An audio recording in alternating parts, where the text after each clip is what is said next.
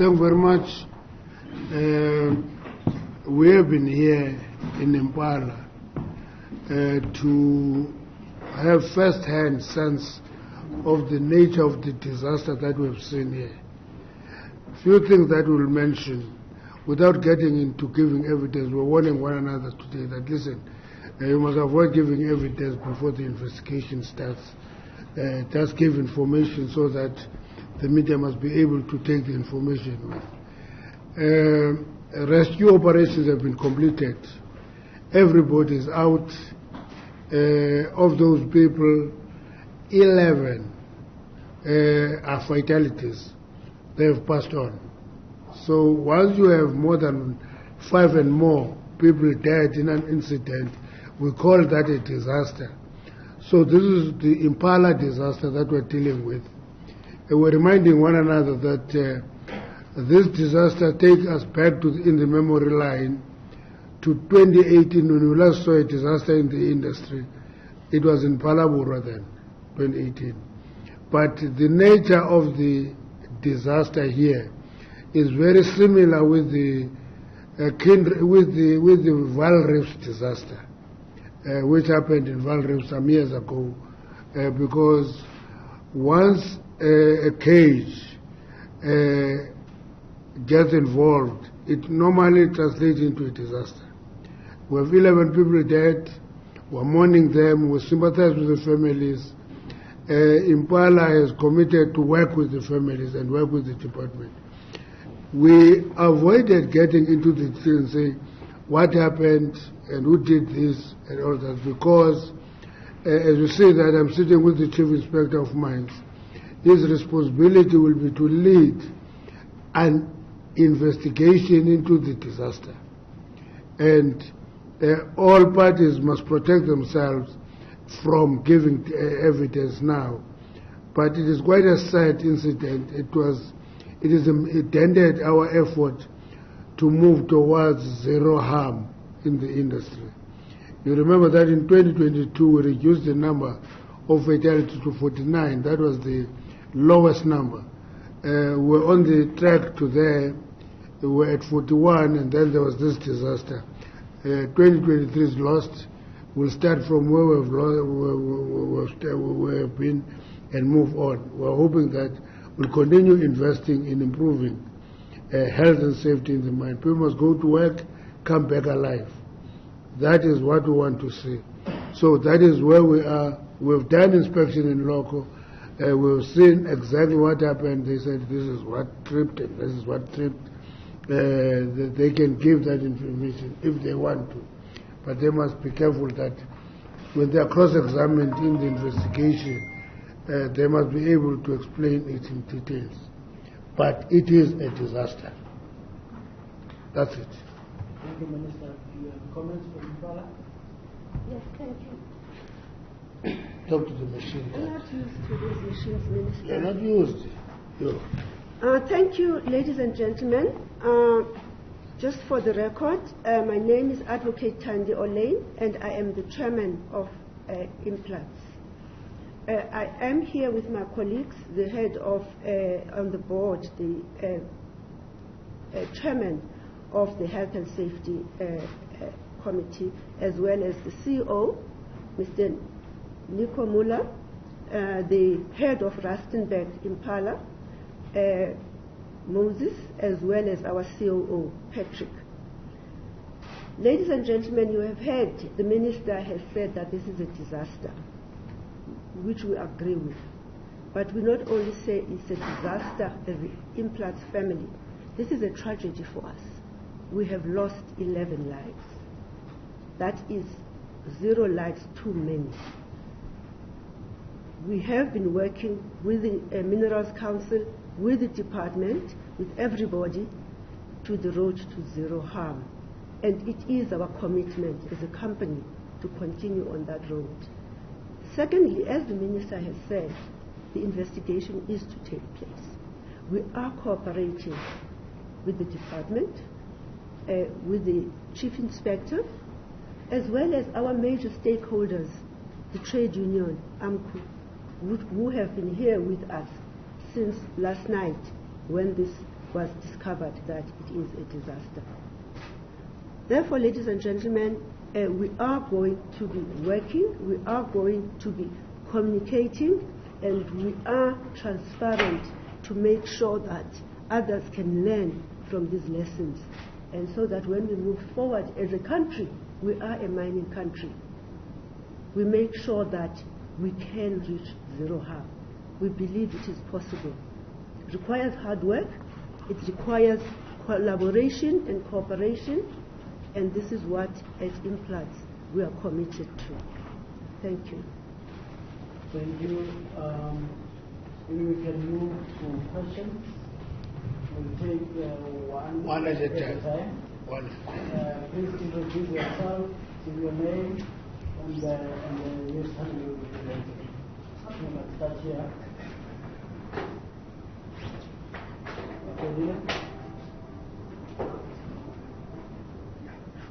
Okay, my name is Dr. Gilemayalani from ESCA.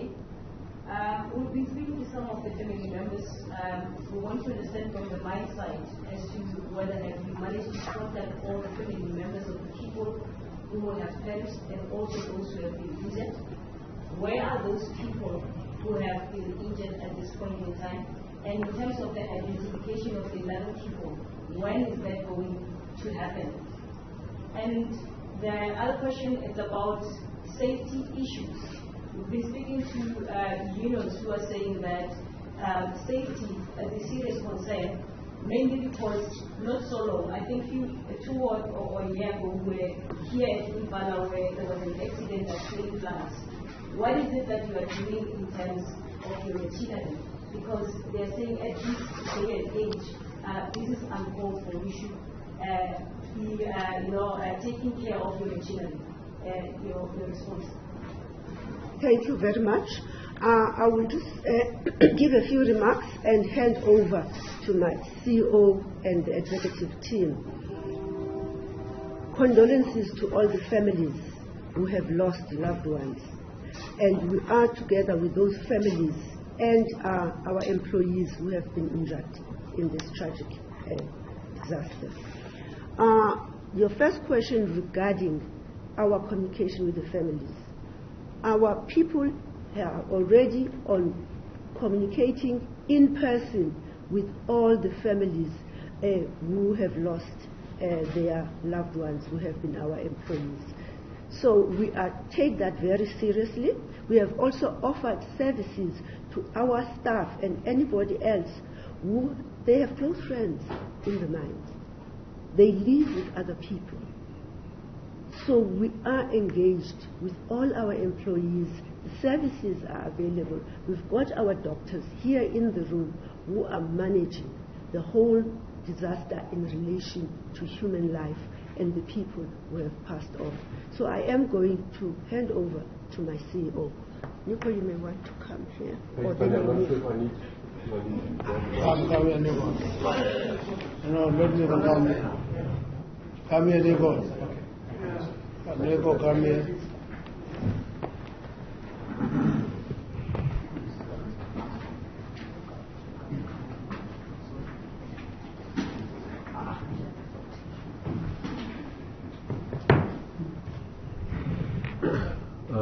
Good morning, colleagues.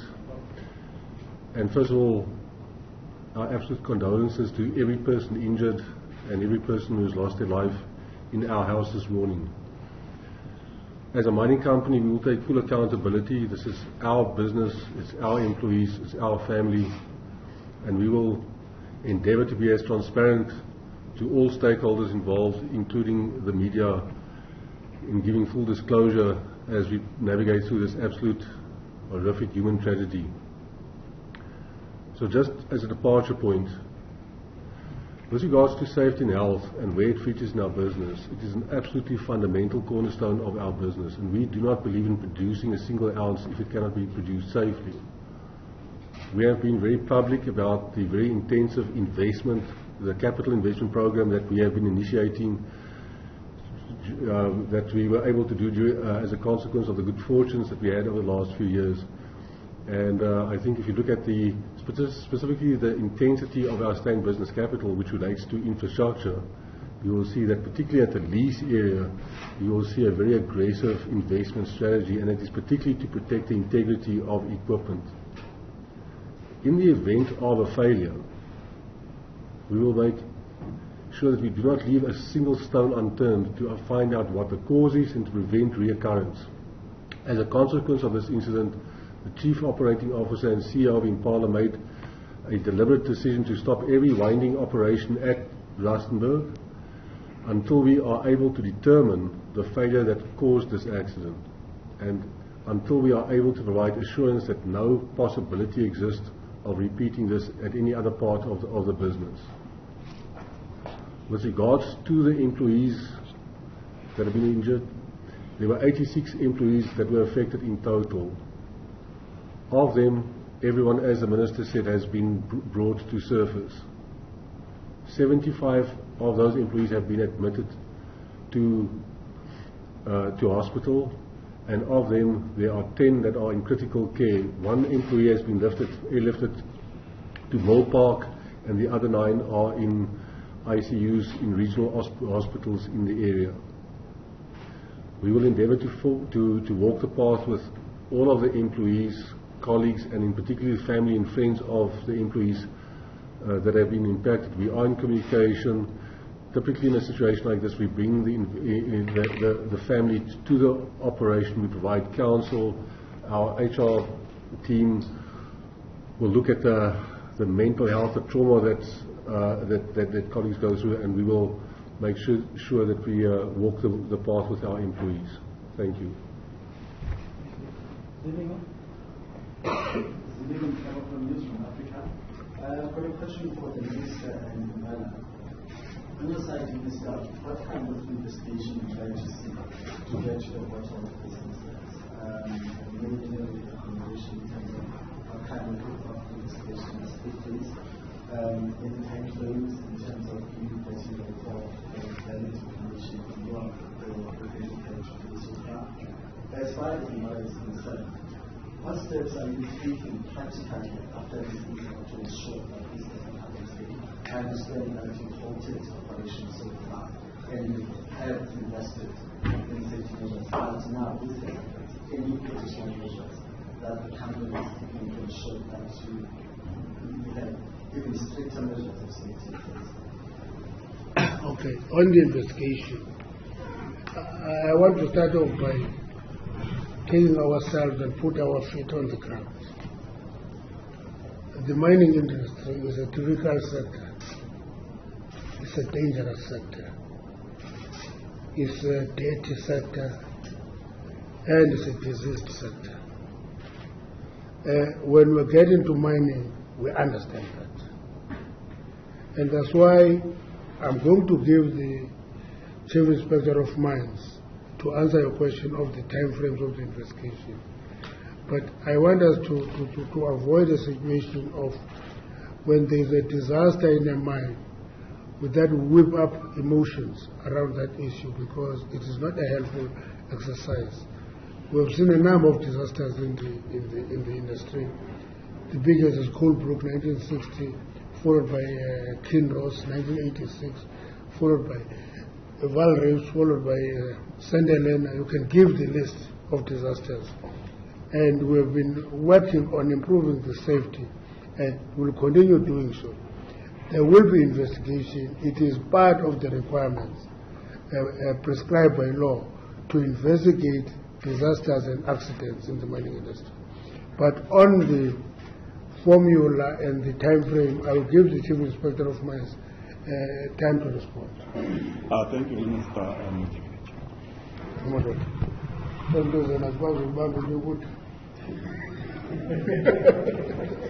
Thank you, and good afternoon. I'd like to also make those acknowledgements that were made earlier. Yes, indeed, our sincere condolences to the families, to the loved ones, to the mine workers who have been affected by this terrible tragedy, as Tandy has clearly indicated. Yes, in terms of the provisions of the Mine Health and Safety Act, if such an accident happens, we are obligated by the law as a department to investigate. So we put together a team made of various specialties, And we work together with organized labor, we'll work together with management, we'll also work together with the affected workers and families to really to understand what has caused this particular accident. We'll actually strive to ensure that it's done timely. We normally strive to ensure that they are done within 3 months, but thereafter there is a process that ensues of us conducting an inquiry. Now, an investigation is really to understand what are the root causes of the accident, including the basic causes of those accidents, of the accident itself. So how we do it, we do an in-local inspection, and we partly have started with this earlier on. We have our inspectors who come also to gather information, working together with organized labor, management, and the employees who were involved. However, we have to respect the fact that there's a number of employees who are still in hospital and who've been heavily affected by this accident. So we'll have to give them an opportunity to recover, and also for counseling to happen to those employees, including everyone that's involved, also the families. And thereafter, then we then move into the inquiry space. Thank you, Minister.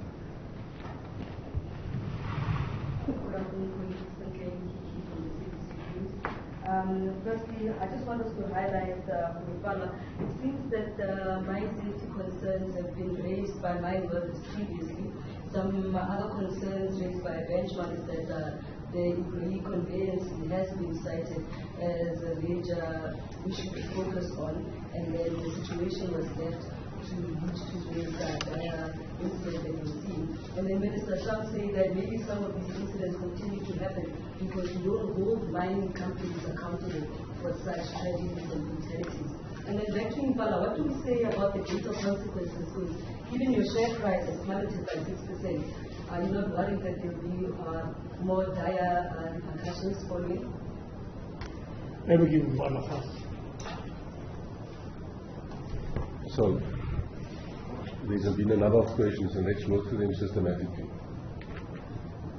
The first point is I would like to provide our 100% assurance that we work very closely with our employees, and to the extent the safety issues are raised, and we have various platforms in the company that allows for us to exchange ideas, that there is never a case where those issues are not addressed. Clearly, we have not been 100% foolproof, and we had the failure in our main conveyance system in the shaft. So let me just say firstly where we are in the process. When the incident happened at 6 o'clock last night, our full effort initially has been in securing the injured employees and taking care of those that have been affected. Our rescue operations started at 6 o'clock last night, and by 7 o'clock this morning we were able to clear all employees impacted out of the underground workings. The next step of the process was to, with a multi-representative team like we have today with the department, unions, management, board members, to at least to get, as Minister said, a look and feel of what transpired. On conclusion of this initial process, we will then get involved in a full examination to understand the root cause of the failure. That is critical not only to prevent reoccurrence, but we operate in South Africa so many vertical shafts that rely on similar systems that control winders and the operation of rock and winders, man winders in our shafts. So it is to identify the cause that, notwithstanding the existing safety protection systems, how even in spite of its presence we can have a failure. And so again, I want to commit the company to being transparent in its assessments, to be fully committed to resolve the issue and to prevent a reoccurrence at any of the existing operations that we have.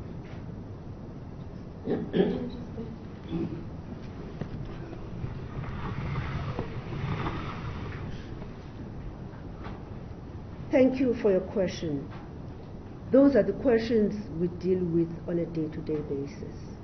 Speaking as chairman of the board and representing that structure here is to make sure that the issues that we engage with on a strategic level, and when we approve the budgets to ensure the safety of our people, that we have confidence in them. We have confidence in the integrity. And as Nico has said, we recently approved huge budgets to ensure that the issues that bedevil us are dealt with. You've raised the issue about the matters raised by employees. Of course, employees work here. They see the issues. They are the people who engage with them. So for us, it's not surprising. We engage with them on a day-to-day basis. The teams are here. The executives are here. And that is the culture that is being cultivated for employees to raise issues so that those issues can be addressed. And all this is the journey of working together. The Minister can confirm where we're coming from in the mining sector. And I believe in the last 30 years, a lot of work has been done to collaborate and cooperate. So it is a journey. And we thank you for coming here so that the country and the world can understand where we are.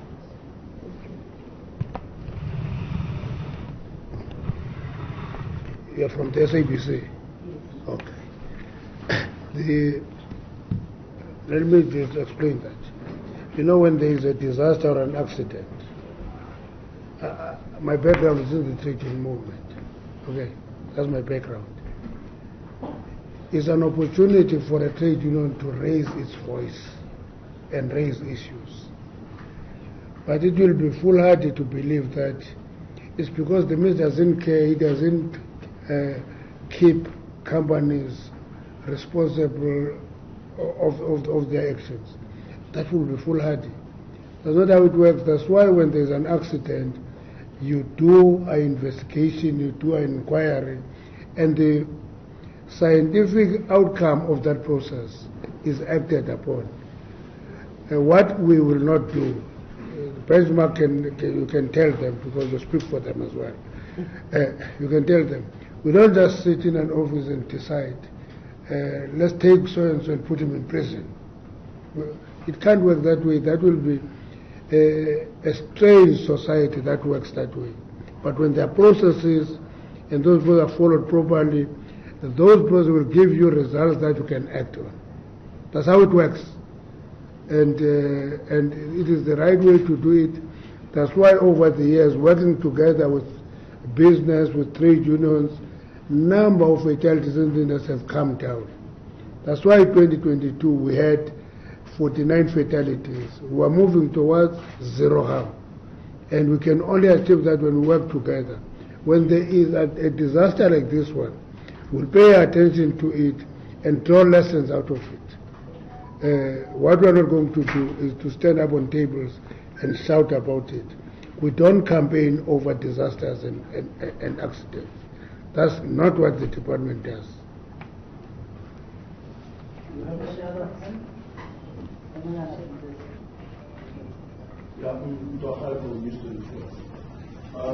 first question is directed to you. In your opening remarks, you mentioned something that raised my eyebrows when you said that your mine wasn't tell or indicate itself. Now the question is, why did you say it? And then my second question to the mine is that I think by now preliminary investigation should be directing you to where it did not cause this fatal incident. Now my question to you is that what caused this fatal accident? If it's an accident, the preliminary investigation. Thank you. Okay, let me give you your answer first. I didn't say the mine must not indicate itself. I said all parties must avoid giving evidence here before there is an investigation and an inquiry. Okay, let me explain it again. There is going to be an investigation, it will be going to be followed by an inquiry. The right area to give evidence is in that investigation, in that inquiry. If you give evidence now, there are two things that can happen. Is not implicating yourself. If you can implicate yourself, you can as well use that evidence as a defense mechanism and actually repel everybody else. Everybody must interact with the information in the inquiry and in the investigation. That's my advice. Not to the mine, to the mine, to the inspectorate, and to the union. Because otherwise the union can come and say, this is what happened. And then evidence proves something else. Let's take that thing to the leading of the evidence in the proper investigation. If that raises your eyebrows, it's because you don't understand investigations and inquiries. You think that is a conversation. It's not a conversation. It's a serious matter. 11 people are dead. So you don't just throw around information loosely. You are going to be in trouble, whether you are a trade union or you are a management or you are the government. Allow the formal processes to take their course, follow them through, put your evidence, cross-examine the evidence, and get to the depth of the issues. I'm sure your eyebrows are down now. Yes. Thank you, Minister. Yeah. Let me quickly deal with that question he asked, because I think it's a very pertinent question. Because you have to look in the timeline. This happened about 6 o'clock last night. We had 86 lives that at that time we believed we could save. It went through the night. The work that was being done to get everybody out finished at 8 o'clock this morning. Now you are asking for a preliminary report. Is that genuinely important for us to give you that? And the Minister has given the timelines. The Chief Inspector has given us the timelines. And I believe that give us as parties to make sure that we give you information that you can communicate to the public, and the public can have integrity in the information that gets gathered. Thank you. Minister, I just want to understand how often does your department conduct oversight in the mines in order to avoid this kind of a situation? And secondly, to the mine, what kind of a support are you going to give the families who have lost their loved ones, because we believe that they have died in life? The Chief Inspector can give you the numbers.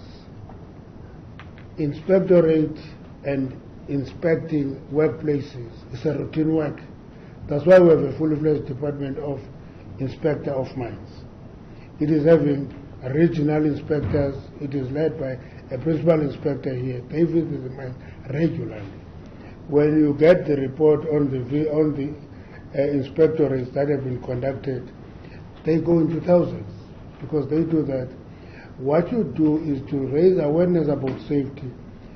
Now, you know, I get worried with a simplistic approach that thinking that if there can be inspectors who stay in the mine, there will be no accident. That's very simplistic. You go there, you raise awareness. Safety in the mines is not a function of just one thing.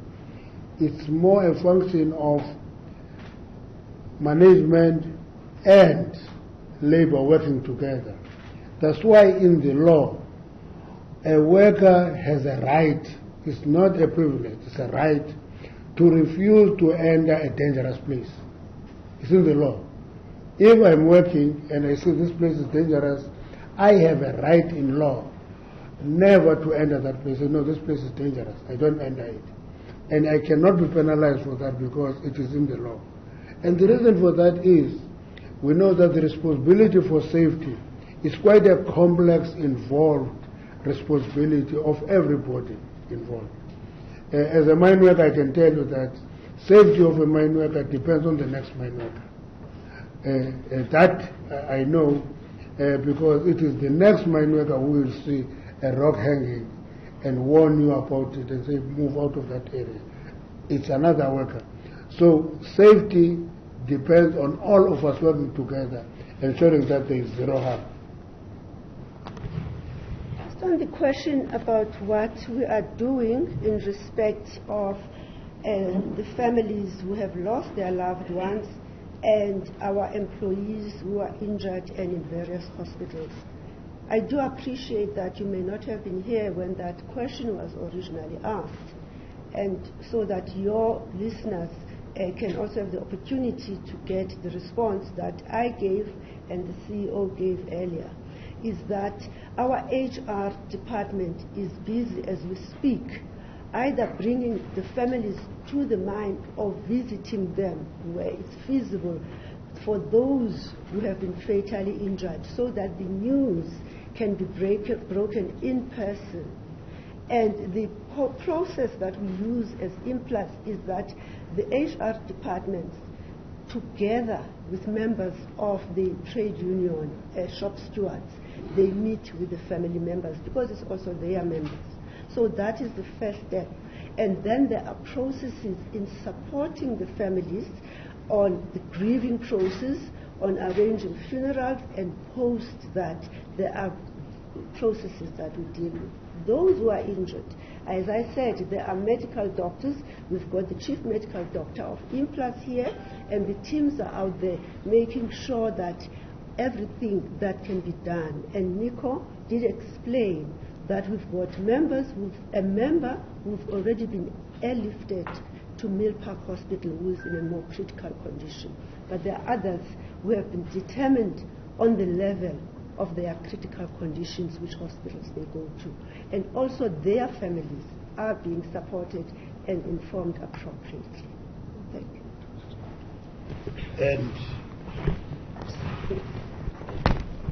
And that support is in addition to a statutory requirement, one, to pay a death benefit. It is legislated. It is in addition to paying a compensation for permanent disability incurred. Those are not going to be put aside because there is support. That support must be on top of that. You cannot take those away. Those workers, those families are entitled to those.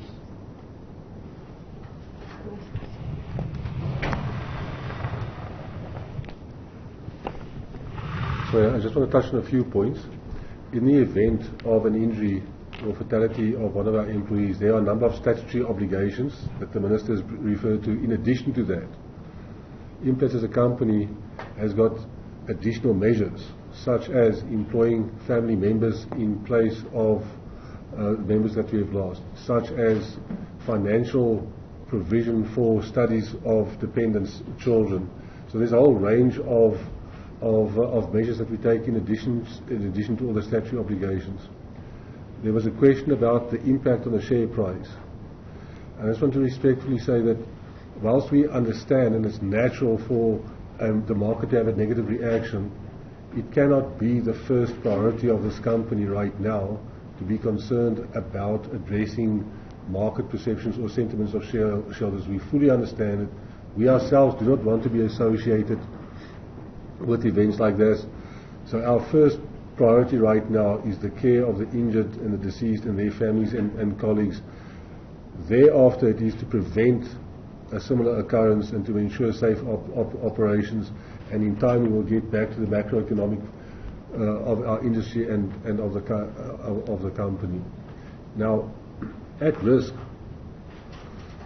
of giving disclosure, and again I just want to repeat where we are. We had the incident last night. We spent all night getting people out from underground. I've had occasion to walk with Patrick and Moses with our shaft very briefly before we had all the stakeholders gather. So our assessment of the underlying cause is very, very limited. So I do not want to disclose information that is not known to me. What I will say, what we can say, is it is an incident involving a man conveyance in a shaft system. When we operate that equipment in our shafts, they are governed by a whole sequence of safety systems. So, for instance, there is a limitation on the maximum speed that a winder can operate. The winder must turn in the right direction. There are maximum limits to where it can go up or down to in the shaft. If any deviation from the standard design configuration is detected, the safety systems are designed to arrest movement of the conveyance. So, if you have a cage that runs away, and the safety devices pick it up, it will then apply the brakes to bring the conveyance to a controlled standstill. It is part of our operating procedure to test the safety circuits prior to us starting any of these units. That was in fact done. The conveyance was used throughout the day, and it was advanced through, with the shaft clearance at the end. It was tested prior to it being used, and indications were that all the safety systems were active and operational.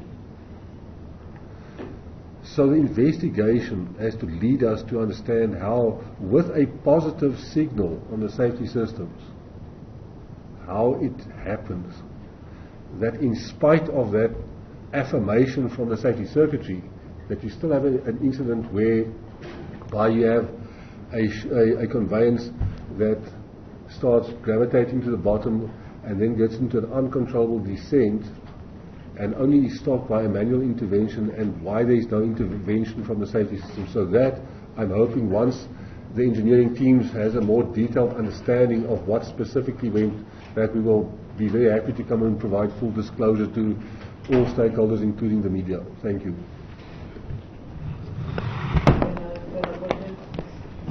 No.